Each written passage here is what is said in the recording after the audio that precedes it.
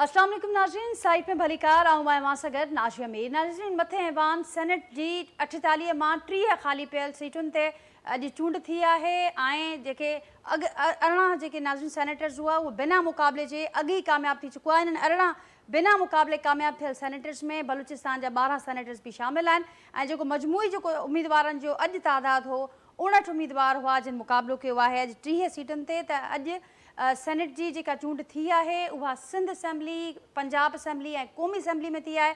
बलूचिस्तान जा जेके सेनेटर्स हुआ उहे अॻु ई बिना मुक़ाबले कामयाब थी चुका हुआ, जॾहिं त केपी में अणॼातल मुदे ताईं चूंड मुलतवी कई वई आहे ऐं हुनजो जेको कारण ॼाणा पियो वञे, ॿुधायो पियो वञे त इलेक्टोरल कॉलेज नामुकमल आहे, जंहिं करे उहा चूंड न थी सघी आहे।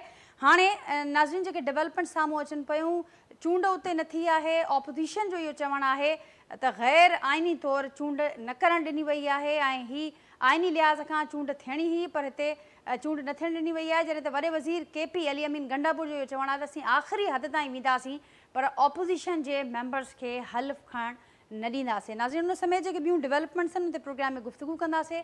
जेको पैनल मूंसां गॾु मौजूदु आहे उनजो तारुफ़ सां कराईंदसि। मूंखे जॉइन कयो आहे ॾियो पैनल में नसीर मेमन साहब आहिनि, सीनियर तजिया निगार आहिनि, शुआब ओसो साहब आहिनि, नाले वारा कानूनी माहिर आहिनि, मूंसां गॾु हिन प्रोग्राम में वीडियो लिंक ज़रिए शरीक आहिनि। एजाज़ महर साहब आहिनि, सीनियर सहाफ़ी तजिया निगार, मूंसां गॾु ॾियो प्रोग्राम में शरीक आहिनि ऐं अॻूणा सेक्रेटरी इलेक्शन कमीशन आहिनि कुंवर दिलशाद साहब, उहे पिणु मूंसां गॾु ॾियो प्रोग्राम जो हिसो आहिनि। मां सभिनी खे भलीकार, मां सभिनी जी महिरबानी, मां गुफ्तगू के लिए वक्त कटियो है बेन पैनलिस्ट इजाज़त साहब।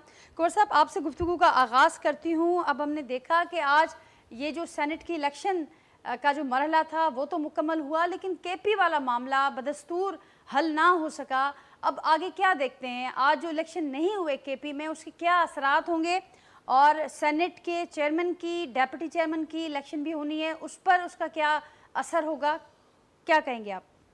इसमें सबसे बड़ी अहम बात यह हुई कि इलेक्शन कमीशन ऑफ पाकिस्तान ने अपने आईनी और कानूनी जो उनके इख्तियारात हैं उसके तहत उन्होंने केपी का सूबाई असम्बली में जो सेनेट का इलेक्शन हो रहा था उसको गैर मुइना मुद्दत के लिए इसलिए मुलतवी करना पड़ा कि वहाँ 25 सीटें अभी मखसूस 25 सीटें हैं जिनमें ख्वातीन और मिनॉरिटी शामिल हैं। तो इलेक्शन कमीशन का कहना यह था कि जब हम बार बार हदायत जारी कर रहे थे कि इनका हलफ लिया जाए तो उनका हलफ नहीं लिया और इसके बाद उन्होंने बाकायदा स्पीकर ने भी जो इनकार कर दिया, जबकि गवर्नर ने भी इजलास तलब करने की सबरी भेजी लेकिन वो भी उन्होंने इनकार कर दिया। तो इन हालात को देखते हुए इलेक्शन कमीशन पाकिस्तान के पास जो इख्तियारात हैं आइन के आर्टिकल 218 के तहत और इसी तरह इलेक्शन एक्ट 128 के तहत उन्होंने इस इलेक्शन को फॉर द टाइम बीइंग मुलतवी कर दिया और उन्होंने सूबाई हुकूमत ने यह फैसला सुप्रीम कोर्ट ऑफ पाकिस्तान में इन्होंने बाकायदा आइनी प्रतिशत दाखिल कर दी है कि रिजर्व सीटें जो है हमें दी जाए। जब सुप्रीम कोर्ट ऑफ पाकिस्तान का फैसला आ जाएगा तो उसकी रोशनी में ये बाकायदा अगर उनके हक में आ गया तब भी, अगर हक में ना भी आया तो फिर सुप्रीम कोर्ट ऑफ पाकिस्तान की हदायत के मुताबिक हलफ लेना पड़ेगा और इसके बाद वो सेनेट का इलेक्शन हो जाएगा। सेनेट मुकम्मल हो चुकी है लेकिन चेयरमैन और डिप्टी चेयरमैन का इंतखाब जो है वो जब तक खैबर पख्तूनख्वा का इलेक्टोरल कॉलेज मुकम्मल नहीं होता तो वो फिलहाल नहीं होगा, लेकिन सेनेट में बाकायदा इजलास जारी रहेगा और जो सीनियर तरीन जो शख्स होगा सेनेट में उसको बना देंगे for the time being presiding officer. तो वो बाकायदा हाउस चलता रहेगा और कानून साजी होती रहेगी, लेकिन चेयरमैन और डिप्टी चेयरमैन का इंतखाब जो है वो सुप्रीम कोर्ट ऑफ पाकिस्तान के फैसले के आने के बाद और खैबर पख्तूनख्वा में जो सेनेट का इलेक्शन होगा उसके बाद होगा। ठीक, कुंवर साहब आखिरी हद तक जाएंगे इस मामले पर लेकिन हल्फ नहीं उठाने देंगे। आपने कहा कि सुप्रीम कोर्ट के पास अब ये मामला है, जैसे ही वहाँ से जो रिजल्ट आएगा उसके तहत मामला आगे बढ़ेंगे, लेकिन ऑप्शंस अब आप क्या देख रहे हैं? क्योंकि हमने देखा कि इससे पहले पेशावर हाई कोर्ट ने इस मामले पर अपना मौक़िफ़ दिया है, इलेक्शन कमीशन ने बड़ा वाज़ेह किया है कि मखसूस सीटों पर नहीं बनता हक सुन्नी इत्तेहाद काउंसिल का। तो अब ये मामला किस रुख में आगे बढ़ता हुआ देख रहे हैं आप? नाज़रीन, राब्तो मुनक़ति थी वियो आहे। मूंसां गॾु शुआब ओसो साहब आहिनि, नसीर मेमन साहब बि आहिनि। नसीर साहब, अवां छा चवंदो? आख़िरी हद ताईं वञण जी ॻाल्हि कई आहे अॼु केपी जे वॾे वज़ीर ऐं सुप्रीम कोर्ट में भी ही मामलो वयल आहे। अवां कहिड़े रुख में अॻियां वधंदे ॾिसो पिया हिनखे?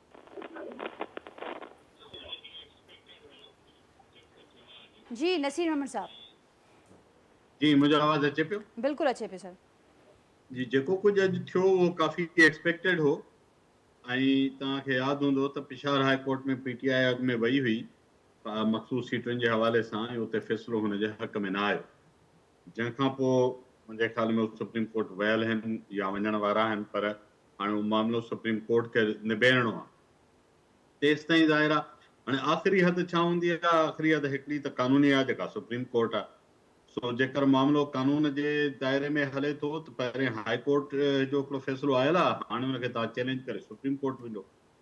हाणे फ़र्ज़ु करियो supreme court Peshawar high court जो फ़ैसिलो बरक़रार थी रखे त पोइ PTI वटि आख़िरी हद छा हूंदी?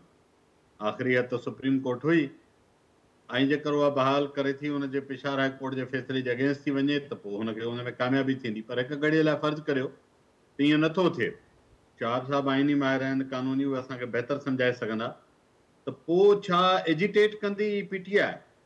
कीअं एजिटेट कंदी जेकर सुप्रीम कोर्ट मां फ़ैसिलो टर्न डाउन थियल हुजे, हुनजे हक़ में न अचे? ऐं जे एजिटेट कंदी त किथे कंदी? टिनि सूबनि में त हुन वटि उहो स्ट्रीट पावर आहे कोन अनफॉर्चुनेटली। ऐं पेशावर में जेको कुझु बि कंदा उहो संदन हुकूमत आहे, पंहिंजे सूबे जे आॾो वेही जेको रड़वाको कंदा सो करे सघंदा। हा, तव्हां इहो चई सघो था त अंदरि जेको ईवान जे अंदरि आहे उते गोड़ घमसान थींदो रहे, उहो त रिवायत आहे, इजलासनि में रोज़ पियो थी, पर उन सां प्रोसेस कोन रुकजंदो ऐं उन सां PTI खे कुझु हड़ हासिल कोन थींदो। त मुंहिंजो ख़्याल आहे त PTI जा जेका हाणे पाण बि क़यादत में कुझु माण्हू चवनि था त असां फलाणा इताद करे टेक्निकली ग़लति कयो, जो उन जे नतीजे में हुननि खे हाणे ख़ासि सीटूं नथियूं पइनि ॿुधाइनि। पॉलिटिकली त मां सम्झां थो त जंहिं दुर खटियो आहे उनखे ज़रूरु ख़ासि सीटूं मिलणु घुरिजनि, मुंहिंजी ऐवान में नुमाइंदगी भरपूर हुजणु घुरिजे, पर हाणे हुन में जेकर आइनी क़ानूनी रंड कोन त पोइ त ज़ाहिर आहे मुल्क त आइनी कानून जे ई हिसाब सां हलणो आहे, या ॿी ॻाल्हि आहे त आइनी कानून जे हिसाब सां हले कोन। तो इते इहा असां सभिनी खे मुंहिंजो ख़्याल आहे इंतज़ारु करिणो पवंदो सुप्रीम कोर्ट छा थी चवे। उतां जेको कुझु फ़ैसिलो ईंदो उहो अॻिते जा रस्ता ठाहींदो, ऐं तेसि ताईं जीअं कमर दिशा तव्हांखे ॿुधायो त ऐवान त हलंदो रहंदो, ऐं शायदि हुन चयो पियो त चेयरपर्सन ऐं वाइस चेयर इलेक्ट न थी सघंदा, पर बाक़ी कार्रवाई जीअं जो तीअं हलंदी। तो बज़ाहिर हुकूमत जे कमकार में का वरी रंडक कोन थी थींदे नज़र अचे, ऐं वरी बि धुरियुनि खे सुप्रीम कोर्ट जो ई इंतज़ारु करणो। ठीकु आहे। सीनियर मोस्ट जेके मेंबर हूंदा उन्हनि खे प्रिज़ाइडिंग ऑफिसर जी ज़िम्मेवारियूं ॾिनियूं वेंदियूं जेसिताईं हीउ सिलसिलो मुकमल थिए। ऐं जीअं मां चयो त सुप्रीम कोर्ट जे फ़ैसिले जो इंतज़ारु ज़ाहिर आहे सभिनी खे आहे त जीअं हीउ मामिलो वाज़े थींदो त कहिड़े रुख में वञी बीहे थो। शुआब साहब, अव्हां छा फोर्सी कयो पिया हिन मामले ते, ऐं उनखां अॻु जेके डेवलपमेंट्स थियूं आहिनि नज़र अचे पियो त हिन मामले ते बि बहरहाल अदालती महाज़ गरम रहंदो ऐं फ़ैसिलो अदालती कॉरिडोर्स मां ईंदो? जेका मुल्क में सूरत हाल आहे उहा मां सम्झां थो ॾाढी ख़तरनाक आहे। इहा ॻाल्हि बिल्कुलु दुरुस्त आहे त आइनी ऐं क़ानूनी लिहाज़ खां जेकॾहिं ॾिसजे त सुप्रीम कोर्ट जेको आहे so the court of last resort हूंदी आहे ऐं उनजो फ़ैसिलो हतमी हूंदो आहे। पर हाणे हिकिड़ी अजीब सूरत हाल पैदा थी आहे त सुप्रीम कोर्ट बज़ाते ख़ुदि जेको आहे सो कंट्रोवर्शियल थी वई आहे, हिकिड़ी रिवायत थी वई आहे त जेकॾहिं ख़िलाफ़ अचे थो उहो हुनखे मञण खां मलाइन थी थिए। तंहिंजे करे मां सम्झां थो त जेकॾहिं supreme court Peshawar high court जो फ़ैसिलो बरक़रार बि रखे थी त PTI वारनि जो जेको नैरेटिव हूंदो उहो न बदिलजंदो ऐं उन में का मूंखे चेंज नज़र नथी अचे। छाकाणि त PTI खे हिन वक़्तु मुल्क में अफ़रा तफ़री पैदा करणु ऐं इदारनि खे न हलणु ॾियणु, ख़ासि तौर ते जेके डेमोक्रेटिक इंस्टीट्यूशन्स आहिनि उहो सूट थो करे, ऐं PTI खे को नुक़सानु कोन्हे जेकॾहिं मुल्क में अफ़रा तफ़री वधे थी, पॉलिटिकल प्रोसेस जेको आहे तो उहो सेटबैक जो शिकार थो थिए। इन करे PTI जी इहा स्ट्रेटजी रहंदी ऐं PTI हर वक़्तु कोशिशि कंदी त कंहिं न कंहिं तरीक़े सां हिकिड़ो पॉलिटिकल क्राइसिस जेको आहे सो बिल्ड कजे, नवां अलायंसिस ठाहिजनि।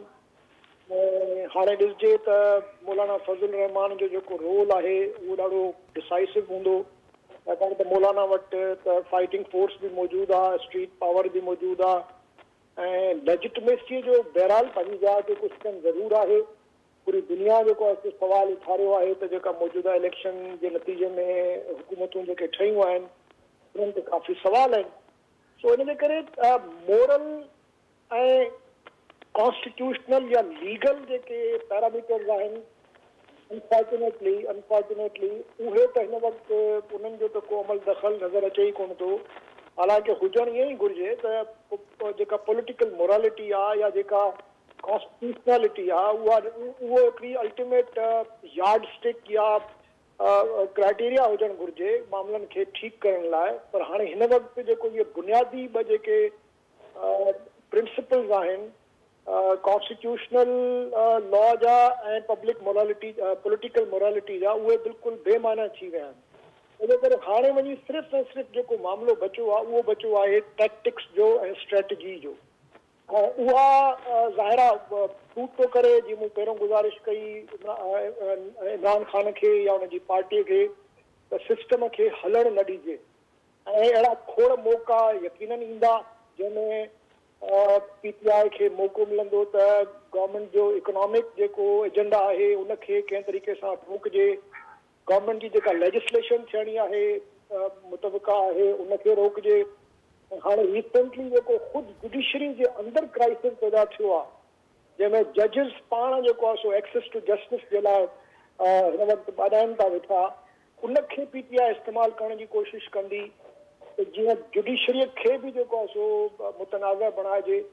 उहा मां सम्झां थो त हिन वक़्तु जेका सूरताल आहे मुंहिंजे नज़र में त उहा ॾाढी हिकिड़ी एक्सप्लोसिव आहे। ईंदड़ वक़्त में सवाइ PTI जे मां सम्झां थो त ॿियूं धुरियूं त यकीनन चाहींदियूं त स्टेबिलिटी पैदा थिए, को मार्केट्स में जेको आहे सो वरी को ठहराव पैदा थिए।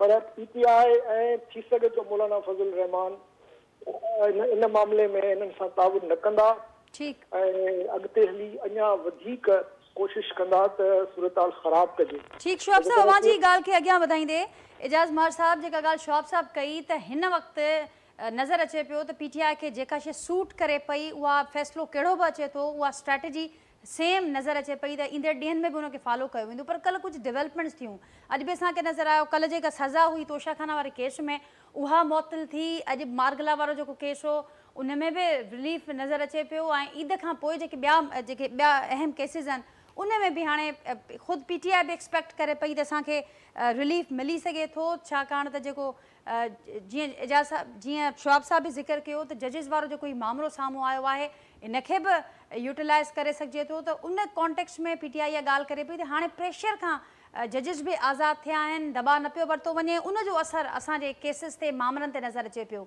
इन रुख में अवां सम्झो पिया त PTI जी साॻी स्ट्रेटेजी बरक़रार रहंदी या हुन में को चेंज अव्हांखे नज़र अचे पियो, का फ्लेक्सिबिलिटी अव्हांखे नज़र अचे पई?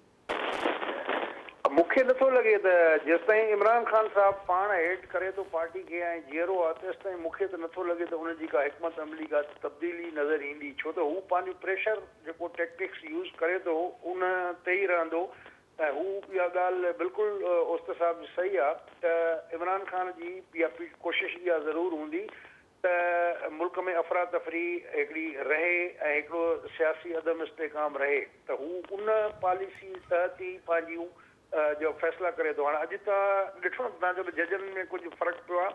अॼु इस्लामाबाद जे हाई कोर्ट जे 8 जजनि खे हिकिड़ा मशकूक एड्रेस कंहिं ते लिखियलु कोन्हे, हिकिड़ी माई ख़त मोकिलिया आहिनि, उन्हनि मां पाउडर निकितो आहे, एंथ्राक्स पाउडर चवनि था शायदि उहो। हाणे उहो पुलिस घुराई अथऊं, उनजी छंछाण थिए पई त उहो छा कहिड़े क़िस्म जो आहे। बहरहाल हिकिड़े जज जे मुलाज़िम जेको आहे उनजे खोलियो आहे लिफ़ाफ़ो त उन जूं अखियूं सड़नि पियूं ऐं हथु जेको आहे त उहो शिकायत थो करे त भई कुझु ख़तरनाक शयुनि जी।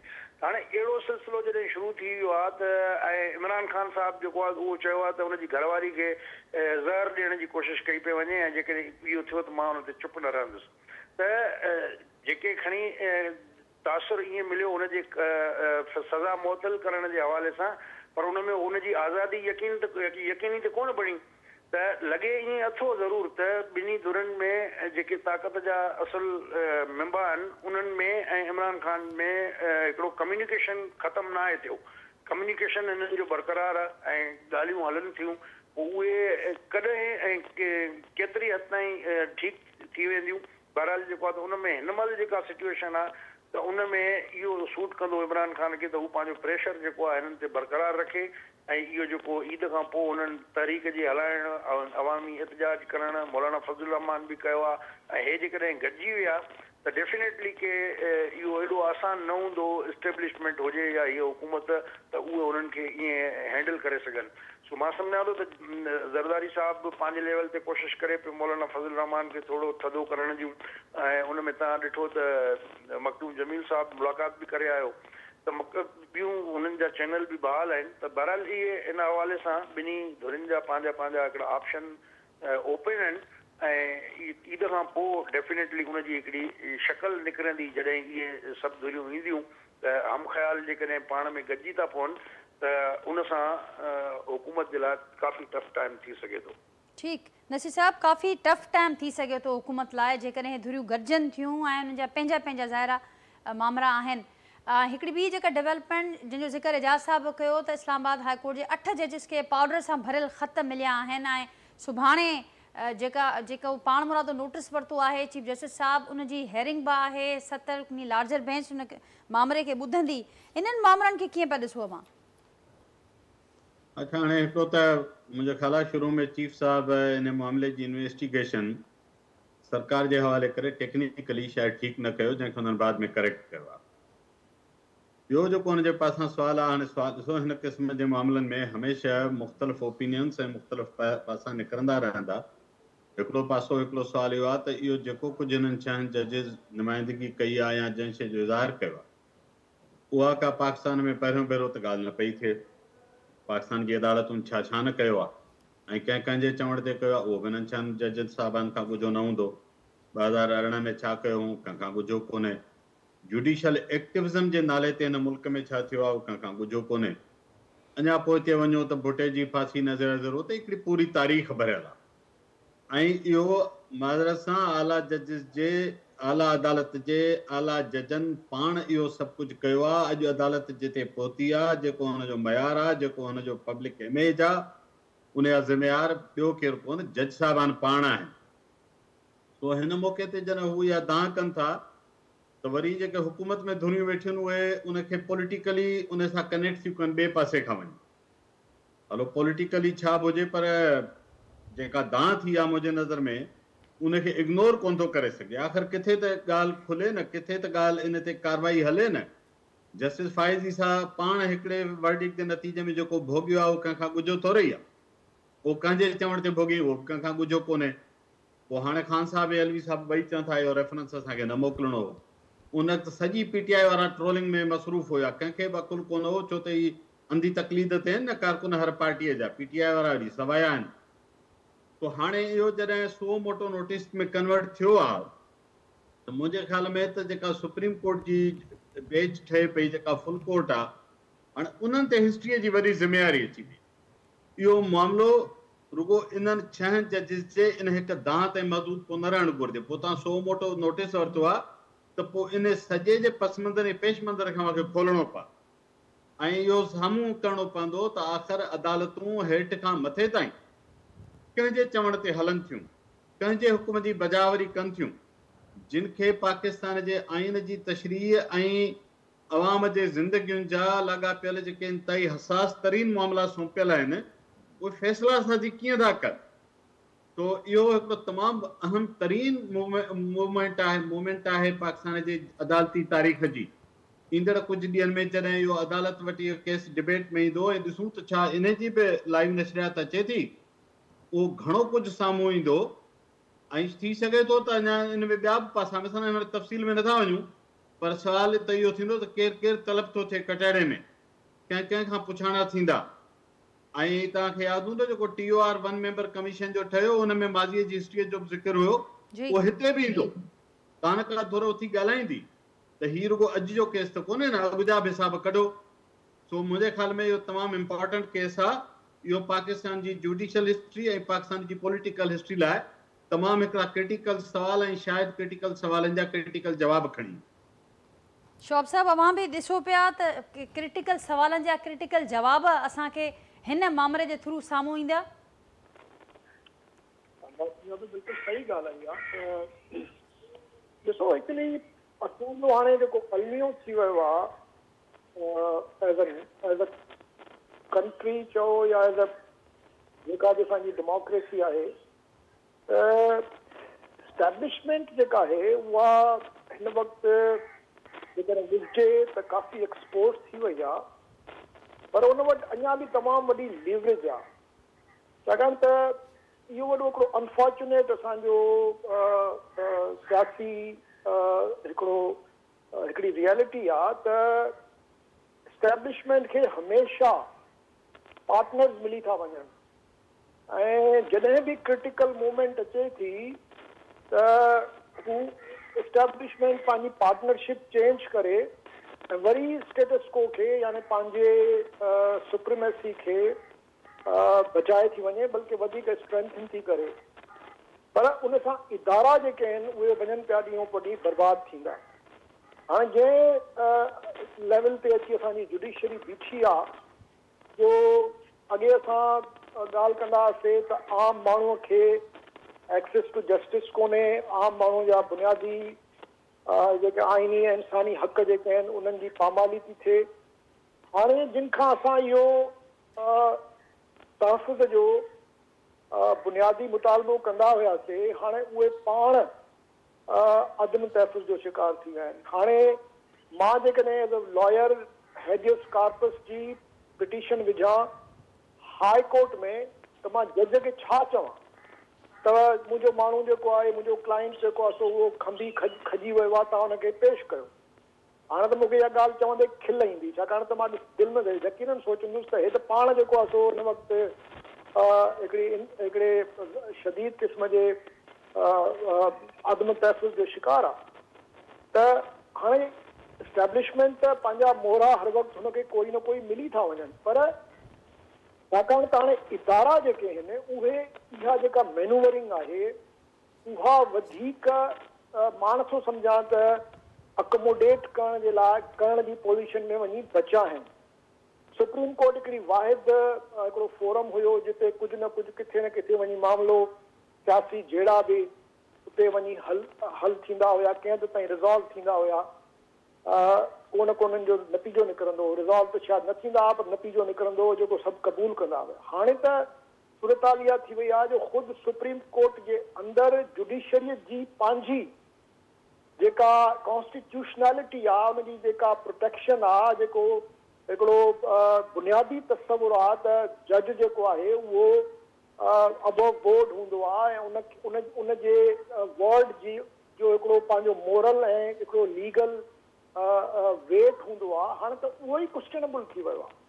त जॾहिं तव्हां सुभाणे इहा प्रोसीडिंग ॾिसंदव त नसीर मेमन साहब बिल्कुलु सही ॻाल्हि कई त माज़ीअ में थींदो रहियो आहे, पर हिकिड़ी शइ मुख़्तलिफ़ हूंदी त सुभाणे पूरी हिकिड़ी कॉन्स्टिट्यूशनल कोर्ट जेको आहे उहा कटड़े में बीठी हूंदी। इन खां पहिरियों जस्टिस शौकत कटड़े में हुयो इंडिविजुअली ज़ाती तौर ते, जस्टिस फैज़ ईसा ज़ाती तौर ते कटड़े में हुयो, अहिड़ा मिसाल ॿिया बि मिली सघनि था तव्हांखे। पर सुभाणे हिकिड़ी पूरी जुडिशल ब्रांच जेका आहे, हिकिड़ो पूरो हिकिड़ो मोस्ट इम्पोर्टेंट कंपोनेंट जेको आहे जुडिशरीअ जो, कैपिटल जी जुडिशरी जेका आहे उहा अलामती तौर ते बि, अमली तौर ते बि ऐं एक्चुअल इन रियलिटी सुभाणे कटड़े में हूंदी। हाणे मां सम्झां थो त इहो हिकिड़ो असांजे सभिनी बहराननि जो मां हिनखे मदर ऑफ क्राइसिस थो कोठां, छाकाणि त जॾहिं ख़ुदि जुडिशरी पाण कटड़े में अची बीहे ऐं जुडिशरीअ जा जजिस जेके आहिनि उहे बि पंहिंजे दिफ़ा में, पंहिंजे इदारे जे दिफ़ा में ऐं इहो ॿाॾाईंदा वतन त असांखे ॿुधायो त जेकॾहिं असां ते ॿाहिरों जो दबाव थो पवे, असांजा माइट खजी था वञनि, टार्चर थो थिए, त असां छा कयूं।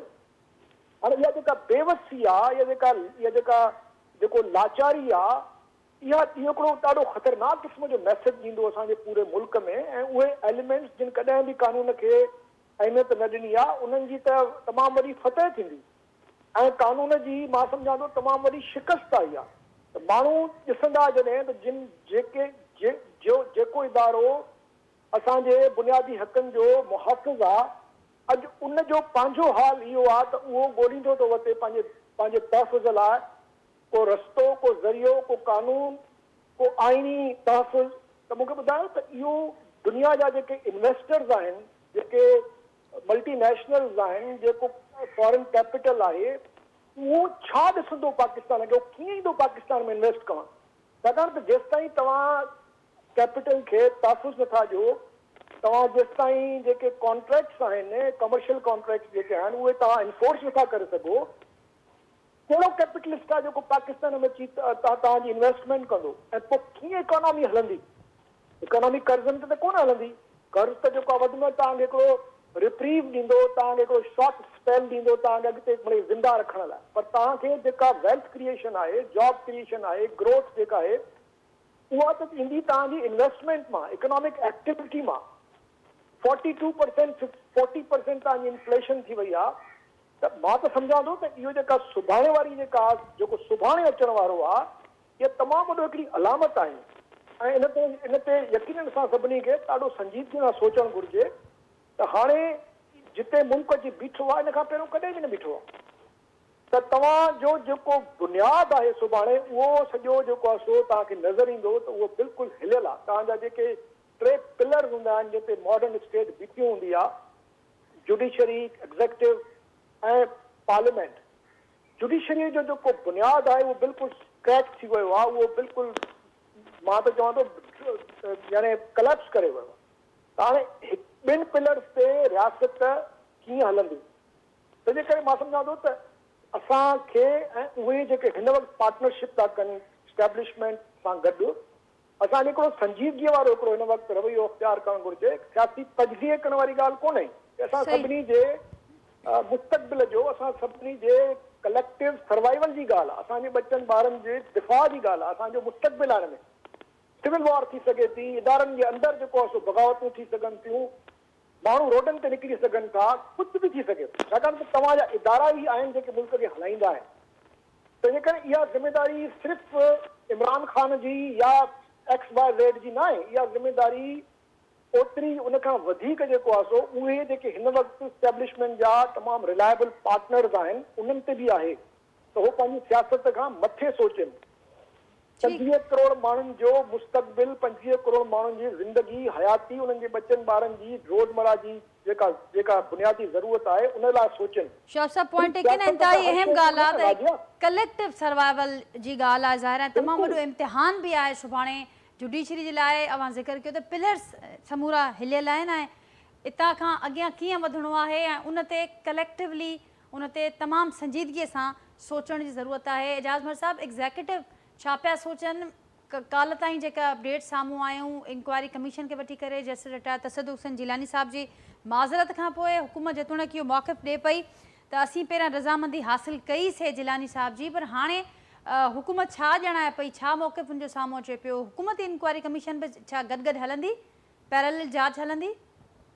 न, मां सम्झां थो त जॾहिं चीफ जस्टिस साहिब सुओ मुतो जो नोटिस वरितो त उनजे लाइ सफिशिएंट ग्राउंड मौजूदु आहे। मुंहिंजो ख़्यालु आहे चीफ जस्टिस अॻु में गवर्नमेंट खे हिकिड़ो ऑप्शन ॾिनो ऐं जॾहिं हुननि हिकिड़ा टुथलेस क़िस्म जा TOR ठाहिया हिकिड़े खानापुरी जे लाइ, ऐं उहो जेको आहे त जेको कमीशन जो हेड ठाहियूं उनखे ई क़ाबिल क़बूल न हुया उहे TOR, त जेको हेॾो वॾो वाक़ियो आहे ऐं उनजी TORs जेको आहे एतिरा पुअर आहिनि जो उनजो कमीशन कंदी छा?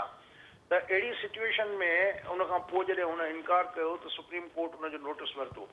त हाणे सुप्रीम कोर्ट जॾहिं नोटिस वरितो आहे त वरी PTI इहो डिमांड करणु शुरू कई आहे त काज़ी जस्टिस काज़ी ईसा खां अलावा जेके फुल कोर्ट आहे उहा केस ॿुधे ऐं इनखे काफ़ी हू प्रीच बि कनि था। हालांकि जेके अणधुरिया जेके लायर आहिनि उन्हनि जो इहो चवणु आहे त हाणे जॾहिं खां उहो कानून मंज़ूर थी चुको आहे त सुप्रीम कोर्ट जे फ़ैसिले जे ख़िलाफ़ अपील जो हक़ मौजूदु आहे। तंहिंजे करे मां सम्झां थो त हीअ 7 जजनि वारी बेंच जेको आहे उहा सफिशिएंट आहे त इन मैटर खे हैंडल करे, पर एतिरो उनजे लाइ बि तमामु अॻिते हिकिड़ो रस्तो एतिरो आसान न आहे। ऐं उनजा 2 तरीक़ा हिकिड़ा त थी सघनि था। हिकिड़ो त इहो आहे त जेको हिन पाकिस्तान में कॾहिं बि जेको आहे त ही हिकिड़ा होली काउज़ आहिनि ऐं हिन होली काउज़ खे कंहिं हथु न लाथो आहे ऐं पाण खे एहतिसाब ऐं कानून खां मुबर्रा सम्झंदा आहिनि, त उन्हनि खे जेको आहे उहो कानून जे मातहत आणणु या कानून जी हुकुमरानी क़ाइमु करण जे लाइ बि ही आइडियल मौक़ो आहे त जुडिशरी पंहिंजी रैंकिंग बि बहितर करे सघे थी हिन फ़ैसिले सां ऐं अञा जेको बॉटम में बि वञी सघे थी।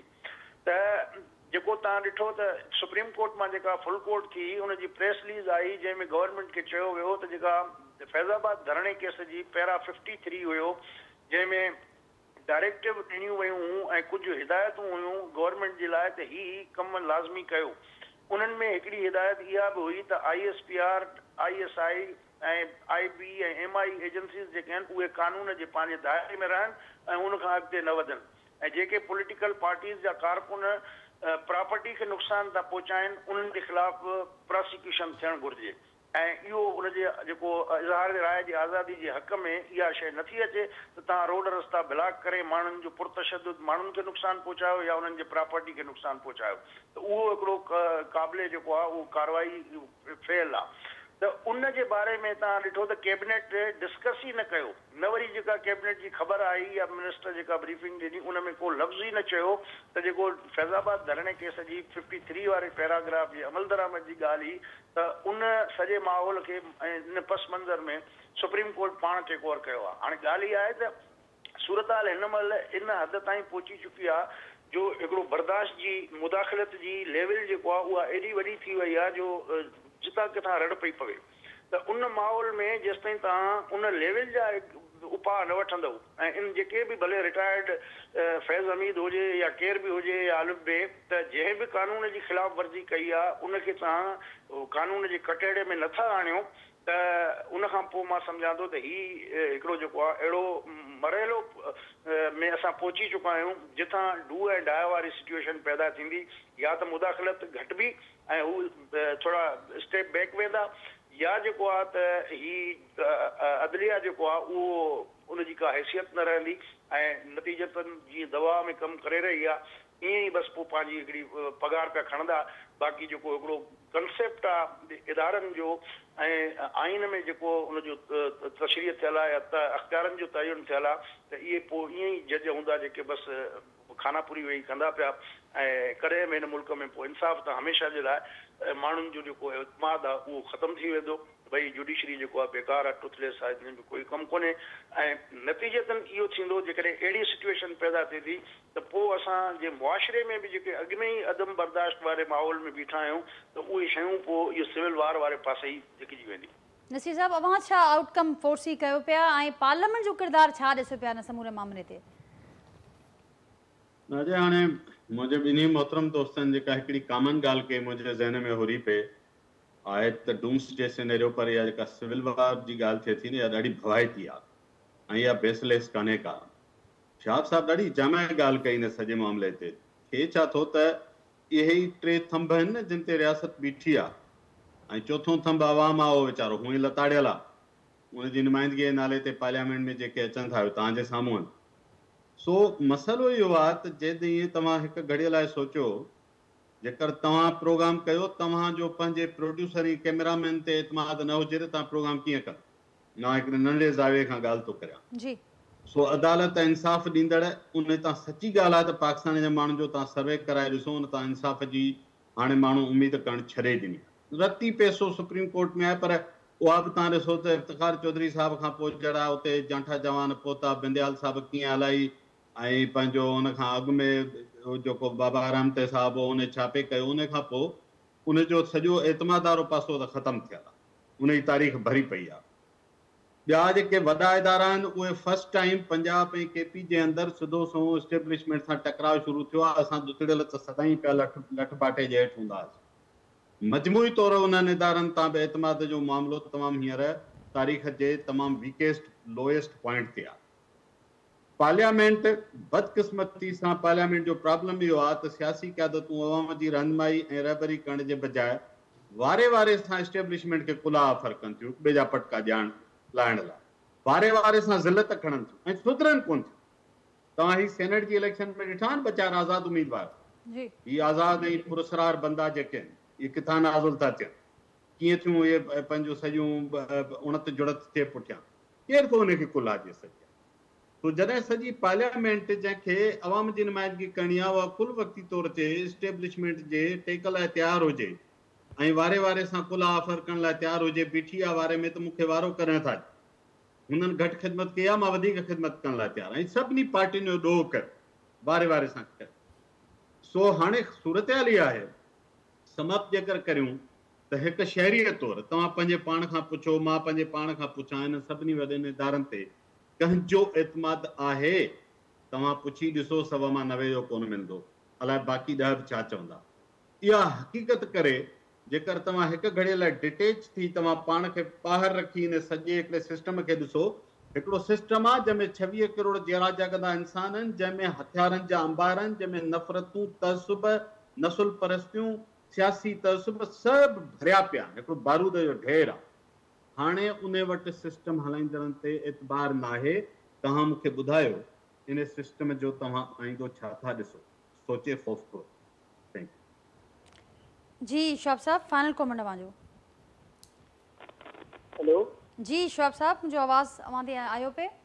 जी जी जी मुंहिंजो फाइनल कमेंट तव्हांजो समूरी सूरत हाल अवां जे आलो आहे ऐं जेका ॻाल्हि हिते थी आउटकम जी त तमामु ख़ौफ़नाक सूरत हाल थी सघे पई हिन वक़्त खां पोइ, पर जेकॾहिं हथ में शयुनि खे खयो वञे हिकिड़े ॿिए ज़ाविये सां त पोइ कुझु अपॉर्चुनिटीज़ बि हिन ॾुखे वक़्त मां मुश्किल सूरत हाल मां कढी सघजनि थियूं। ॾिसो, मां जॾहिं अख़बार पढ़ंदो आहियां त मूंखे त बिल्कुलु ऊंदहि नज़र ईंदी आहे, पर जॾहिं मां तारीख़ पढ़ंदो आहियां त मां चवंदो आहियां त का अहिड़ी वॾी ॻाल्हि कोन्हे, पाकिस्तान में त अञा कुझु बि कोन थियो आहे। तो जेकॾहिं तव्हां तारीख़ पढ़ंदव त पाकिस्तान जी जेका मौजूदा सूरत हाल आहे उनखे आसानीअ सां, मां वरी चवंदुसि त आसानीअ सां बहितर करे सघिजे थो जेकॾहिं सिर्फ़ु ऐं सिर्फ़ु असांजी पॉलिटिकल लीडरशिप जेका आहे पंहिंजो हिस्टोरिकल ऐं पंहिंजो मोरल ऐं पंहिंजो जेको बि उन्हनि जो नज़रियो आहे उनजे हवाले सां उहो रोल प्ले कनि। ॾिसो, तारीख़ त जेका मॉडर्न स्टेट आहे उनखे त सियासतदान हलाईंदो आहे न, जज थोरी हलाईंदा आहिनि या जनरल थोरी हलाईंदा आहिनि, सियासतदान हलाईंदो आहे। ऐं सियासतदान पाण न हलाईंदो आहे, सियासतदान दरअसल अवाम जो नुमाइंदो हूंदो आहे। हाणे ईअं बि कोन्हे त पाकिस्तान में सियासतदान आहिनि ई कोन, तमामु घणा सियासतदान आहिनि, वॾी वॾी उन्हनि जी हिकिड़ी उमिरि गुज़री आहे, जेलनि में हिकिड़ा तजुर्बेकार सियासतदान आहिनि। हाणे सिर्फ़ु मसइलो जेको आहे उहो इहो आहे त जेकॾहिं इहे 15-20 सियासतदान हिकिड़ो उसूली तौर ते पंहिंजे ज़मीर जे हवाले सां या मजबूरीअ जी हालत में, जेको जीअं हाणे दोस्तनि चयो त मुल्क में त कुझु बचो कोन्हे, हाणे we are at the verge of a civil war. हाणे जेकॾहिं इन मौक़े ते बि सियासतदान पंहिंजो जेको तारीख़ी रोल आहे हुनजो त सोसाइटीज़ खे, स्टेट्स खे ऊंधाईअ मां कढणु, नवां रस्ता ॾियणु, असां वटि ॾिसो, मां इन करे बि चवां त तारीख़ तव्हां पढ़ंदव त पाकिस्तान वटि अञा बि घणा एडवांटेजिस आहिनि, तमामु घणा लीवरेजिस आहिनि। असां वटि हिकिड़ो आइन आहे, असां वटि सिविल ऐं जेको आहे सो हिकिड़ो कमर्शियल इंस्टीट्यूशन्स आहिनि, बैंक्स आहिनि, असां वटि इदारा आहिनि, असां वटि एडमिनिस्ट्रेशन आहे, असां वटि कोर्ट्स आहिनि, असां वटि हिकिड़ो पॉलिटिकल, सोशल ऐं इकोनॉमिक इंफ्रास्ट्रक्चर मौजूदु आहे। सिर्फ़ु जेकॾहिं कंहिं शइ जी खोट आहे, ऐं ज़ाहिर आहे उहा खोट इंतिहाई अहम आहे, उहा आहे त सियासतदान प्रोफेशनल पॉलिटिशियन, हे जेके असां वटि अनफॉर्चुनेटली सियासतदान अचनि था, जीअं नसीर साहिबु चयो त ख़बर ई न आहे त हे किथां कहिड़ी हवा मां किथां लंघंदो अची सेनेटर थी वियो, त अहिड़े क़िस्म जा सियासतदान त ज़ाहिर सियासतदान आहिनि ई कोन, उहे त बेसिकली हिकिड़ा ठग आहिनि। पर जेके सीज़न्ड, कमिटेड, सोशली रिस्पॉन्सिबल जेको असां वटि हिकिड़ो सियासतदान आहे, जिन जूं फैमिली मारिजी वियूं आहिनि, जिन ज़िंदगियूं पंहिंजूं जेलनि में गुज़ारियूं आहिनि, उहे मूंखे कॾहिं कॾहिं सम्झ में न ईंदो आहे त उहे आख़िर हाणे छा था चाहिनि, हाणे छो न तयारु आहिनि त पंहिंजो तारीख़ी रोल प्ले कनि, छो नथा लीको ड्रॉ कनि, छो नथा चवनि त भई इनफ इज़ इनफ, हाणे असांखे भई सियासत जो वक़्तु ख़तमु थी वियो। तारीख़ में हिकिड़ो वक़्तु हूंदो आहे जॾहिं सियासत खां वधीक तव्हांखे प्रूडेंस जी, सेगेसिटी जी, विज़डम जी, कमिटमेंट जी ऐं इवन क़ुर्बानी जी ज़रूरत पवंदी आहे। मां त थो चवां त पाकिस्तान में त जेका हीअ मूवमेंट आहे या असांखां वधीक एस्टेब्लिशमेंट जे लाइ क्रिटिकल मूवमेंट आहे। एस्टेब्लिशमेंट हिन वक़्तु बिल्कुलु खाईअ में किरी पई आहे, हुनखे जेके रसा विझी हेठां न कढनि त एस्टेब्लिशमेंट सां ॾिसो न अवाम आहे, न इदारा आहिनि, न पॉलिटिक्स आहे, न दुनिया आहे, न वरी का हिननि खे हिन वक़्तु का अहिड़ी, हिन वक़्तु को रीजनल का अहिड़ी जेको आहे सो को एक्सक्यूज़ आहे त वरी को हे पंहिंजो इंटरनेशनल अलायंसिस ठाहिनि। सो हिन वक़्तु मुंहिंजे ख़्याल में आइडियल मौक़ो आहे त एस्टेब्लिशमेंट खे वंस एंड फॉर ऑल तव्हां धिके पोइते करे उन्हनि जी पंहिंजी जॻह ते बीहारियो। सिर्फ़ु छा आहे असां एस्टेब्लिशमेंट खे ॾिसण सां गॾोगॾु असां पॉलिटिशियंस खे ॾिसूं, छो त की जेका आहे उहा पॉलिटिशियंस आहिनि, उन्हनि खे ई चेंज आणी आहे। जज भली तव्हां 10 जज अचनि, छा कंदो? जस्टिस दुराब पटेल पंहिंजे किताब में लिखियो आहे त 8 जज वेठा हूंदा हुआ जेके, या 12 जज वेठा हूंदा हुआ सुप्रीम कोर्ट में। जॾहिं पूरो मुल्क जेको आहे सो डिक्टेटर्स खे एक्सेप्ट थो करे त 12 जज छा था करे सघनि? ॻाल्हि सही आहे, वधि में छा थींदो? हुनखे कॾहिं घर मोकिले छॾंदा। शोएब साहब, की जेके आहिनि पॉलिटिशियन आहिनि, पर जीअं मां चयो त पॉलिटिशियंस उहे छो न पिया सोचनि हिन पासे ॾे? एजाज़ साहब, आख़िरी अवां खां वठंदासीं, छा एड कंदो हुन में? ॾिसो, ॻाल्हि इहा आहे त शयूं एतिरो बिगड़जी ऐं अहिड़ी शक्ल में पहुची चुकियूं आहिनि जंहिंजी रियलाइज़ेशन अञा ताईं उन ताक़तवर धुरनि खे नाहे। ऐं हू अॼु बि पंहिंजे हिकिड़े इंस्पेक्टर जे ज़रिए सुप्रीम कोर्ट जे या हाई कोर्ट जे जज खे हैंडल करण वारे रवश तां तब्दील करण लाइ तयारु कोन्हनि। त अल्टीमेटली जॾहिं हू स्पेस जेका हुननि ऑक्यूपाए कई आहे इलीगली, उहा जेकॾहिं नथा छॾनि पिया त क्लेश ॾे मामिलो वेंदो, ऐं जेकॾहिं क्लेश ॾे वञे थो त पोइ हिन मुल्क जो अलाई आहे। एजाज़ साहब, वरी महिरबानी मुंहिंजी। नसीर मेमन साहब, शोहाब बोसो साहब, नाज़रीन कुझु देरि लाइ कुंवर दिलशाद साहब प्रोग्राम में असांखे ज्वाइन कयो। ऐं हिते इंतिहाई अहम गुफ़्तगू आहे जंहिं मोड़ ते हिन वक़्तु मामला नज़र अचनि पिया, उतां अॻियां कीअं वधिणो आहे। इम्तिहान बि आहे ऐं इन इम्तिहान वारी सूरत हाल में, इन ॾुखी सूरत हाल में अपॉर्चुनिटीज़ बि कुझु मौजूदु आहिनि। ॾिसूं त जिन जेके स्टेक होल्डर्स आहिनि उहे कीअं हिन अहम वक़्त खे यूटिलाइज़ कनि था। नाज़रीन, इजाज़त वठंदासीं अवां खां। पंहिंजे फीडबैक खां असांखे ज़रूरु आगाह कजो। वरी सुभाणे मां सां मुलाक़ात थींदी सेम टाइम ते नए मौज़ूअ महिमाननि सां गॾु। तेसिताईं ॾींदा इजाज़त। अल्लाह हाफ़िज़।